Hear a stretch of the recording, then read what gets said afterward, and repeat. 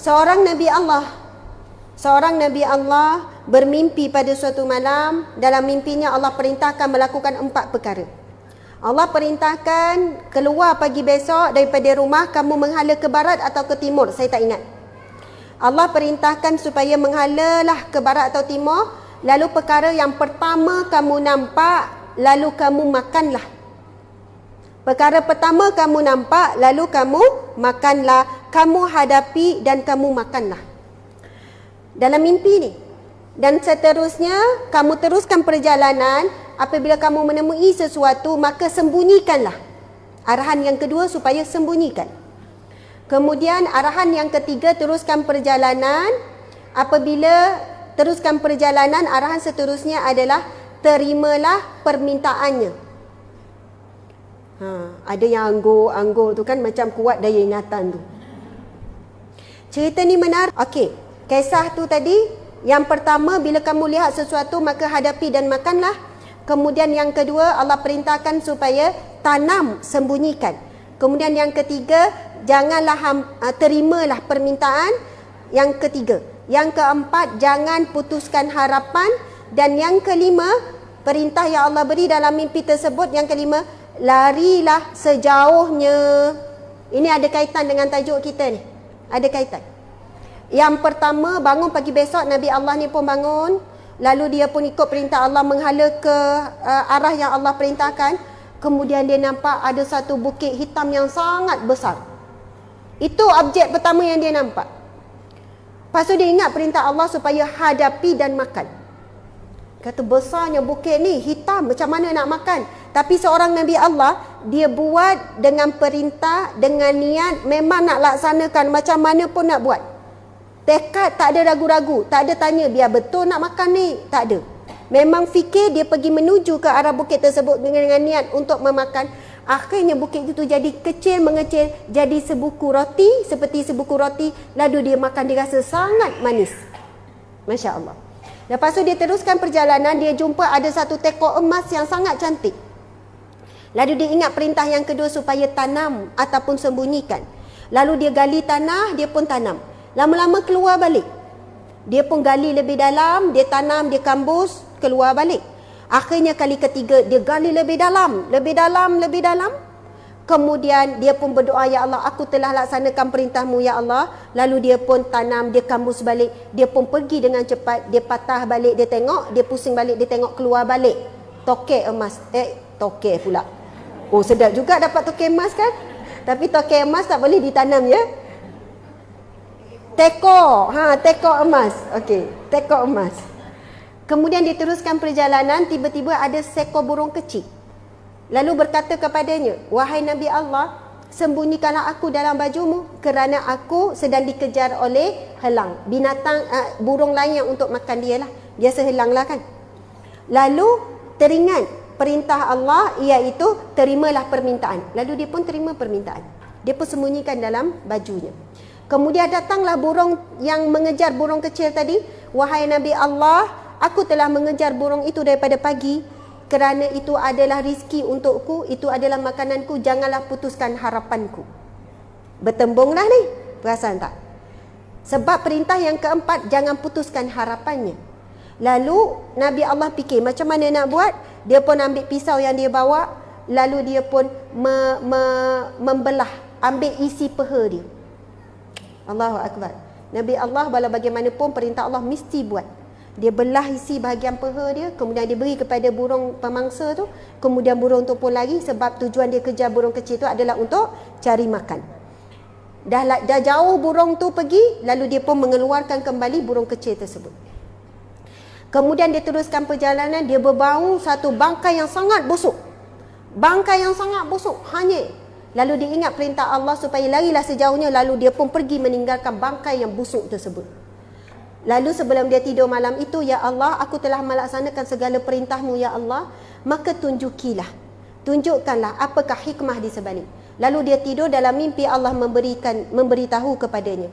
Yang pertama yang kamu hadapi yang besar hitam itu adalah sifat amarah, sifat marah. Masya Allah.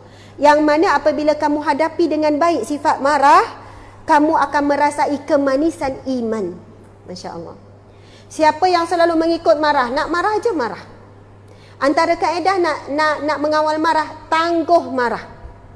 Contoh ya, balik ni, ibu-ibu sekalian, kan kita dah tadi masak elok-elok, dah tinggal elok-elok, suami bang saya nak pergi kuliah ni, Ustazah Asma ni, makanan saya dah sediakan ya, solehah dah tu kan, sedia apa semua. Okey, saya pergi dulu ya. Mungkin kita harap suami kita basuh dan angkat pinggan tu pergi sinki. Tapi kalaulah berlaku balik ni, tiba-tiba pinggan dan makan memang duduk atas meja tu tak bergerak. Maksudnya dia cuma basuh tangan dia je. Jadi ada beberapa kemungkinan bakal berlaku bila balik. Pinggan siapalah ni? Dia tanya soalan tu. Walaupun dalam rumah tu ada 2 orang tu je. Kan? Nak marah ke nak sabar? Masya Allah, bukan mudah kan? Apa-apa berlaku, kalaulah kita orang yang menangguhkan marah. Saya nak bagi tahu tip ni, saya banyak bagi tahu orang muda yang mudah marah. Ustazah, kami ni asyik bergaduh je. Saya kata macam ni puan cuba kalau nak marah tangguh ke malam. Malam baru marah. Kalau nampak apa-apa siang, semua cakap tak apa, tunggu malam aku marah. Nampak apa-apa berlaku siang, suami buat itu ke, nak marah apa, tangguh. Saya kata bukan marah, bukan jangan marah, tapi tangguh saja. Boleh? Okeylah saya cuba Ustazah, saya tangguh. Jadi nak marah, okey, Ustazah kata tangguh malam. Okey, nak marah petang, tangguh malam. Sampai malam tak jadi marah. Tak jadi marah. Saya belajar buat perkara tu. Jangan bila nak marah terus marah, tangguh dulu. Tapi tiba-tiba petang suami beli goreng pisang, tak jadi marah. Tapi kalaulah nak benda tak betul terus marah, bang, ni kan plekat siapa ni? Mungkin petang tu tak dapat goreng pisang. Betul tak? Maksud saya, asbab kita banyak lepaskan marah, kita terlepas banyak kebaikan. Tapi asbab kita tangguhkan marah, akhirnya kita tangguhkan sekejap, kemudian suami buat baik balik, kita pun lupa. Malam tu pun, kalaupun perkara tu tetap kena bagi tahu, tapi dia punya intonasi dah beza. Tapi kalau kita tak tangguh, cakap masa tengah marah, memang lainlah suara. Memang nyaring lah, tak payah guna mic. Tapi kalau malam, bang saya nak tegur sikit bang ya. Pagi tadi tu ada perkara yang saya rasa kena tegur. Nada dah jadi lain, dan mula dengan doa dulu. Rabbi syrahli sadri. Betul ibu-ibu sekalian. Kan nak mula tu tak payahlah kuat-kuat depan suami, bang ada nak tegur sikit. Bismillahirrahmanirrahim. Rabbi syrahli sadri. Baca nak ceramah lah pula. Doa tu sebelum. Ini doa Nabi Musa alaihissalam ketika Allah perintahkan pergi menghadap Fir'aun. Lalu Allah ajarkan doa ni, Nabi Musa berdoa, ya Allah, Rabbi syrahli sadri, lapangkanlah dadaku, wa yassirli amri, pemudahkanlah urusanku nak ngadap Firaun ni. Wahlul uqdatam min lisani, bukakanlah belenggu yang mengikat lidahku, yafqahu qawli, agar dia faham apa yang aku nak sampaikan. Kita kadang cakap dengan suami lain tapi suami faham lain, jadi bergaduh. Kita nak cakap lain pada anak kita salah faham, lalu kecil hati. Sebab kita tak minta dengan Allah dalam perkara tersebut. Jadi kita minta dengan Allah. Yang pertama, kita minta lapang dada. Sebab apa? Kita nak bagi nasihat, tegur orang pada orang, kita pertama kena lapang dada. Ini kita nasihat orang, lepas orang tu tak boleh terima, kita kata, saya ni nasihat kerana kebaikan tau. Tiba kita pula nak marah. Saya nasihat sebab sayang ni. Saya nasihat kerana Allah. Macam tu. Sebab apa? Kita sebenarnya tak berlapang dada bila orang tu bagi feedback, muka ke ataupun orang tu cakap, kau tu bagus sangat ke nak bagi nasihat pada saya. Jadi sebab itu kita kena bersedia untuk apa-apa tindak balas orang bila kita bagi nasihat. Kita kena berlapang dada. Jangan minta orang tu berlapang dada. Kita kena berlapang dada dulu. Kemudian insya-Allah bila dah 2 hari orang tu fikirlah apa yang kita cakap. Kemudian dia rasa betul jugalah apa orang tu cakap. Lalu dia minta maaf. Jangan nak paksa orang yang kita bagi nasihat masa tu juga nak suruh terima. Itu kesilapan kita dalam memberi nasihat. Kemudian kita minta Allah bantu urusan kita ni, nak cakap dengan suami biar keluar perkataan yang elok-elok. Kan kalau tersalah pilih ayat, nak ngundur balik tak boleh. Kadang kita dah cakap-cakap, bang saya sebenarnya tak nak cakap macam tu, tersalah. Tapi boleh tarik balik tak? Tak boleh. Hati dah teriris. Masya Allah. Okey, teruskan cerita tadi. Kemudian yang kedua. Teko. Okey. Tekor emas itu Allah sebut itu adalah kebaikanmu. Kebaikan yang engkau buat, walaupun engkau sembunyikan macam mana pun tetap akan akan diperlihatkan oleh Allah. Kalau kita buat baik tapi syarat kerana Allah, buat baik macam mana pun, kita sedekah sembunyi macam mana pun, kita sembahyang sunat kita sembunyikan, kita puasa kita sembunyikan, kita tolong orang kita sembunyikan, Masya Allah, akhirnya Allah tetap akan tunjukkan kebaikan tersebut. Kalau tidak di dunia, pastinya di akhirat. Tetapi kebiasaannya di dunia dah nampak. Ada orang ketika hidup dia tak terkenal, tapi saat mati dia, Allah muliakan dia, dia dapat husnul khatimah. Bila dia mati, meninggal dalam keadaan solat, dia meninggal dalam keadaan sujud, dia meninggal dalam keadaan baca Quran, meninggal dalam keadaan majlis ilmu, sampai orang cari-cari apa kelebihan dia sampai dia meninggal begitu baik. Akhirnya setelah dia meninggal, masyhur nama dia, masyhur. Ada seorang pensyarah di Yusing, dia pensyarah biasa, bukan pengajian Islam. Saya ingat cerita ni 3 tahun lepas ke 4 tahun lepas, yang mana suami dia jumpa isteri dia meninggal dalam keadaan menghadap kiblat, baca Quran sebab memang terlungkup atas Al-Quran, duduk menghadap kiblat, sudah tentu dalam keadaan berwuduk dengan berpakaian menutup aurat. Heboh satu Malaysia masa tu, tapi saya ingat macam mana terbongkar kebaikan dia, wanita ni. Bila meninggal dalam keadaan macam tu, orang tanya kan, macam mana ya Allah indahnya pemergiannya dalam keadaan dia dengan Al-Quran. Lalu suami dia ke ahli keluarga anak, wallahualam cerita, dia kata, tapi yang paling kenal mestilah suami. Kata isterinya ni akan bangun seawal 4 pagi macam tu lah, ataupun lebih awal untuk solat dan baca Al-Quran. Dan dia kata isteri dia dah pun hafal surah Al-Mulk, surah Ar-Rahman, surah Al-Kahfi. Panjang surah Al-Kahfi tu. Dia bukan pensyarah pengajian Islam, pensyarah macam IT ke apa macam tu lah, profesor, doktor, tak ingat. Lepas tu surah-surah penting lah, surah Sajadah. Dan sekarang isteri sedang menghabiskan untuk hafal surah Al-Baqarah, yang mana surah-surah yang dijamin selamat daripada azab kubur. Nak bagi tahu, maksudnya orang dilihat seperti biasa, lepas dia meninggal Allah muliakan dia. Lepas tu sahabat-sahabat pula bercerita, dia seorang wanita yang sangat baik. Walaupun daripada gambar dia kita tengok penampilan sangat biasa, bukanlah tudung yang sangat labuh, biasa saja, tapi dia sangat luar biasa hubungan dia dengan Al-Quran, hubungan dia dengan Allah. Kemudian sahabat kata dia seorang yang sangat kuat bersedekah. Dia menanggung bil elektrik banyak. Contoh ada bil elektrik madrasah tersebut, bil elektrik tempat tahfiz, ada bil elektrik, dia buat macam tu. Dia nak tanggung bil elektrik, mungkin sampai peringkat ratus ke ribu ke, dia nak buat konsisten. Masa lepas meninggal baru tahu dia seorang yang pemurah, walaupun selama hidupnya dia sembunyikan kebaikannya.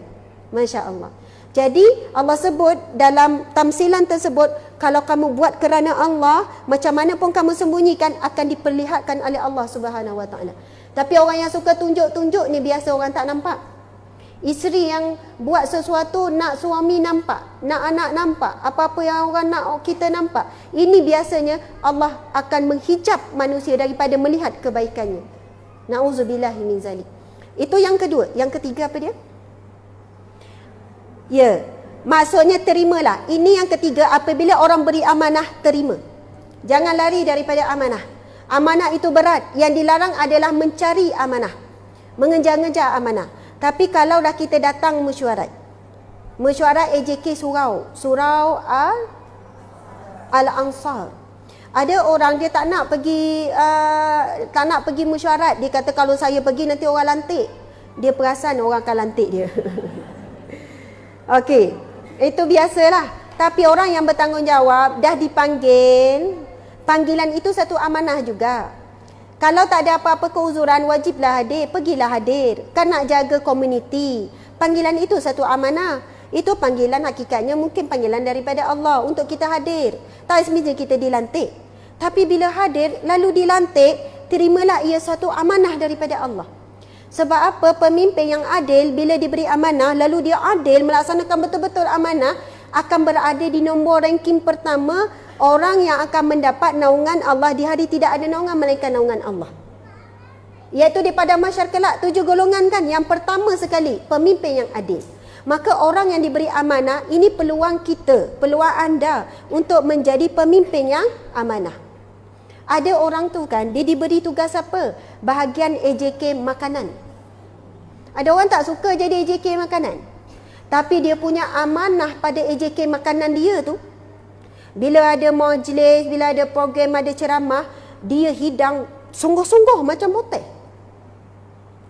Hidang gini bulat pinggan tengah. Lepas tu ada pula pinggan piring kecil. Lepas tu ada mangkuk pula. Saya pernah pergi masjid, maksudnya hidangan tu, surau tu, saya kata, wow, kita boleh tahu orang yang buat tugas ni, orang yang betul-betul buat sungguh-sungguh.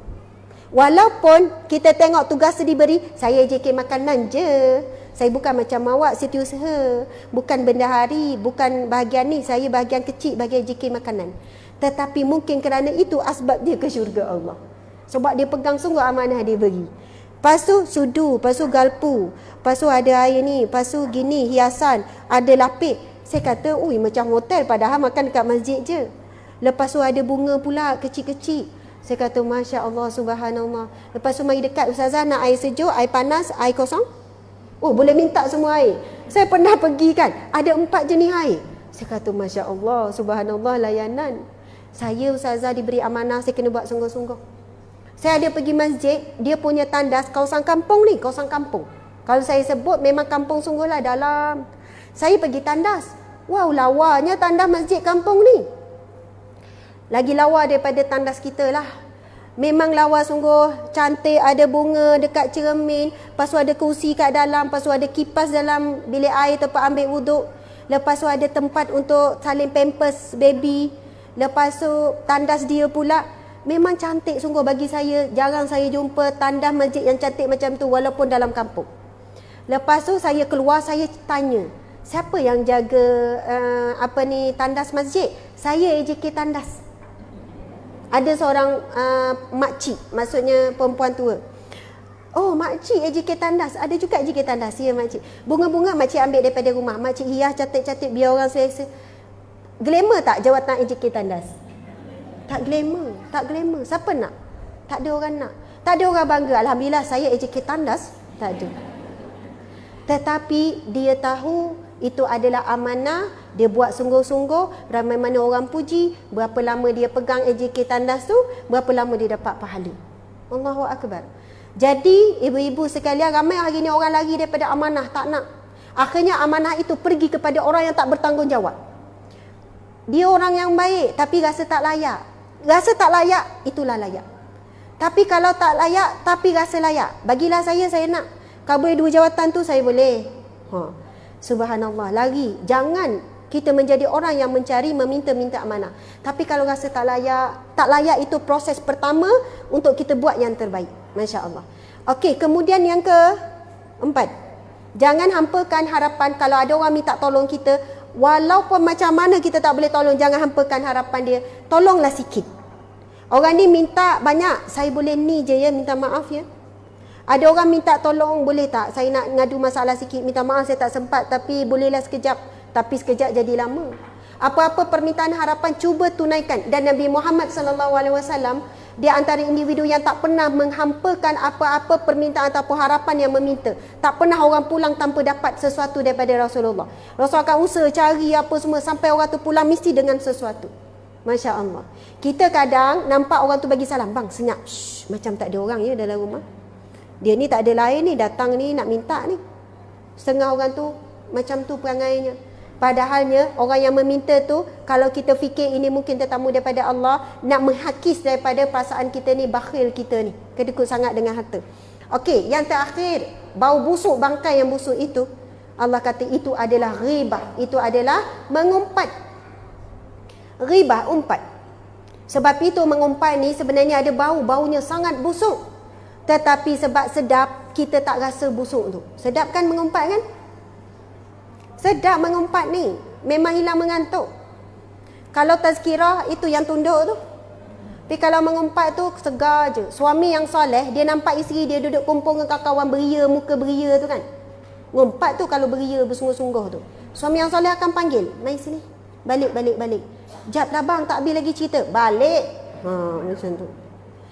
Tadi cakap pasal apa? Saya tengok dah ralik, dah leka tu, takut ngumpat tu, saya ajak awak balik tu. Ini suami yang soleh. Tapi setengah tu, suami tak ada nak menegur, tak ada nak apa, biar je isteri melakukan maksiat dan sebagainya. Memang mengumpat ini ada bau, ada memek muka, betul tak? Boleh cam kalau orang mengumpat, muka tu kan beria. Walaupun diselangi dengan astaghfirullah. Macam tu ke imam kita? Allahu Akbar. Walaupun dengan zikir. Tapi kalau sama duduk sedang muhasabah, muka tu lain. Macam tu. Dia macam nak cepat-cepat saja. Jadi sebab itu diumpamakan mengumpat ini ada bau yang busuk. Kita boleh cam kalau cara orang panggil pun lain. Itu panggil nak ngumpat tu. Kenapa? Mainlah ada cerita ni. Kita nak buat apa? Nak lari ke? Sedap ni. Kita sepatutnya menjauhkan sejauhnya sebagaimana dalam cerita ni. Buatlah alasan apa pun, minta maaf lah. Nak cepat ni, nak cepat apa, sekejap je ni. Nak pergi tandas, takkan orang nak halang lagi. Kan, kita pun pergilah tandas sungguh supaya kita tak menipu. Masya Allah, Allahu Akbar.